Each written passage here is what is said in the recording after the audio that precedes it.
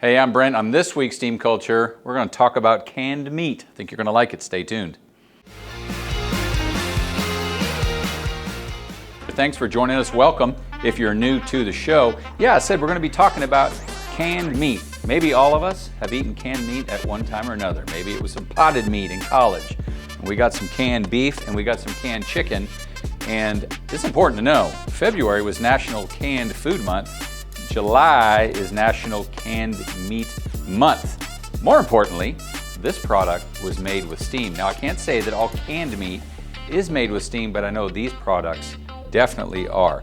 Well, what role does steam have with this? Not only as a cooking agent, because it is such a great energy source and heat source. It's thorough, it goes all around the food versus cooking on an open flame where you're just blasting the bottom of it. Steam envelops the food, but it's super safe because of that very reason. Let me tell you how steam plays a role in cooking this safely. So after they put the meat in the can, and you can see this on this video here that our super awesome videographer and editor Chuck is gonna run for us.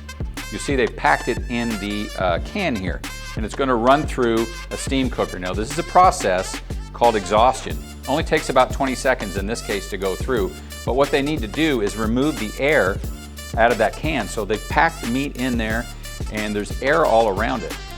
And if you don't get that air out, there's a chance to form bacteria. It's called aerobes, and it's a microorganism that forms in the air. So you cook basically the air out of the can. It's also important because it increases the temperature of the meat and gets it ready to go be cooked. So that's a process called exhaustion.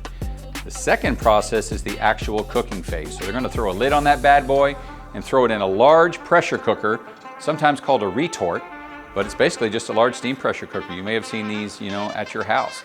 Maybe your grandma pressure cooked with these large pressure cookers. They bring it up to temperature. It's something called, get ready for this, thermal death time. Thermal death time. And that's right, it's a combination of temperature and time that has to be achieved in order to effectively remove bacteria, organisms, and all that stuff. And that's for your and my safety. So that's what thermal death time means. So they cook it according to that special thermal death time chart, and out comes your cooked product, safe and sound, ready to eat, whatever you would choose to do with beef and chicken. Go make some of that hot buffalo chicken dip, which is awesome, by the way. So go make the buffalo chicken dip, turn on some steam cultures, and have a good time. See you next Friday. Thermal death time. Thermal death time. Thermal death time.